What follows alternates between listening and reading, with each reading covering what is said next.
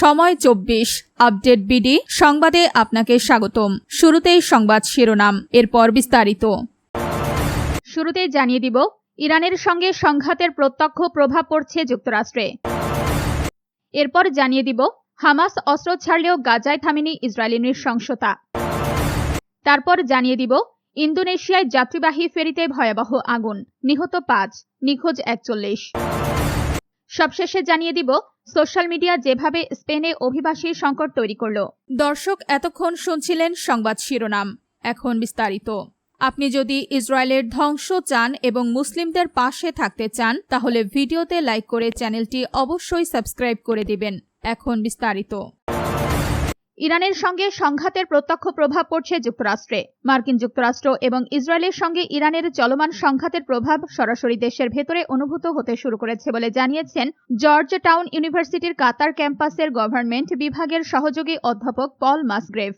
আল জাজিরাকে দেওয়া এক সাক্ষাৎকারে তিনি জানান, মার্কিন প্রেসিডেন্ট ডোনাল্ড ট্রাম্পের পরিকল্পিত হামলা বাতিল করার পর এই সংঘাতের অবসান নিয়ে অতিরিক্ত আশাবাদী হওয়া এই মুহূর্তে অকল্পক্য হবে। তিনি বলেন, হয়তো আমরা শেষের শুরুর দিকে এগোচ্ছি, তবে এই মুহূর্তে উভয় পক্ষই স্পষ্টতই বাকযুদ্ধ এবং কড়া অবস্থানেরই মাধ্যমে পরিস্থিতি ধরে রাখার চেষ্টা করছে। মাসগ্রেভ উল্লেখ করেন, মার্কিন প্রশাসন এখন এই সংঘাতের প্রত্যক্ষ পরিণতিগুলো দেখতে শুরু করেছে, যার মধ্যে রয়েছে পেট্রোল এবং এলএনজির ক্রমবর্ধমান দাম। হামাস অস্ত্র ছাড়লেও গাজায় থামেনি ইসরায়েলি নৃশংসতা। মার্কিন মধ্যস্থতায় হামাসের অস্ত্র সমর্পণ এবং দল ভেঙে দেওয়ার চুক্তির বিষয়ে ইসরায়েল সম্পূর্ণ অসন্তুষ্ট বলে জানিয়েছেন ইসরায়েলের সাবেক রাষ্ট্রদূত অলন পিনকাস।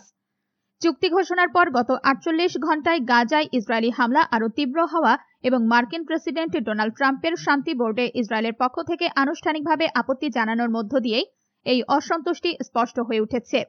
সাবেক রাষ্ট্রদূত বলেন, বর্তমান পরিস্থিতিতে মার্কিন প্রেসিডেন্ট বলছেন একটি চুক্তি হয়েছে, কিন্তু বাস্তবে কোনো কার্যকর চুক্তি হয়নি, ফলে এটি সফল হওয়ার বিষয়ে তিনি অত্যন্ত সন্দিহান।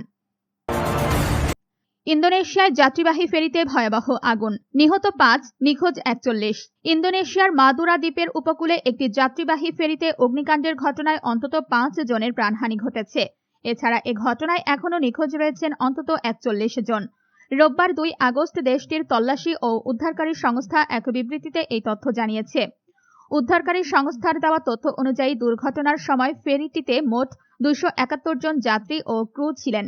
তাদের মধ্যে 225 জনকে নিরাপদে উদ্ধার করা সম্ভব হয়েছে। নিখোঁজদের সন্ধানে এখনও জোরালো তল্লাশি ও উদ্ধার অভিযান অব্যাহত রয়েছে বলে সংস্থাটি তাদের বিবৃতিতে উল্লেখ করেছে। সোশ্যাল মিডিয়া যেভাবে স্পেনে অভিবাসী সংকট তৈরি করল। স্পেনের উত্তর আফ্রিকার ছিটমহল সেউটা উপকূলে হাজার হাজার অভিবাসীর আকস্মিক ঢল এবং সামাজিক যোগাযোগ মাধ্যমের গুজবকে কেন্দ্র করে ইউরোপীয় রাজনীতিতে তীব্র সংকট ও রাজনৈতিক ঝড় তৈরি হয়েছে। সম্প্রতি মরক্কো থেকে সাঁতরে স্পেনের সেউটা সীমান্তে পৌঁছানো কয়েক হাজার অভিবাসীর বেশিরভাগই এখন স্প্যানিশ সেনা ও পুলিশের পাহারায় মরক্কোয় ফিরে গেছেন। তবে এই আকস্মিক পদক্ষেপে সমুদ্রে ভেসে যাওয়া পরিত্যক্ত রাবার রিং এবং স্লিপারের পাশ থেকে অন্তত 72 জনের মরদেহ উদ্ধার করা হয়েছে।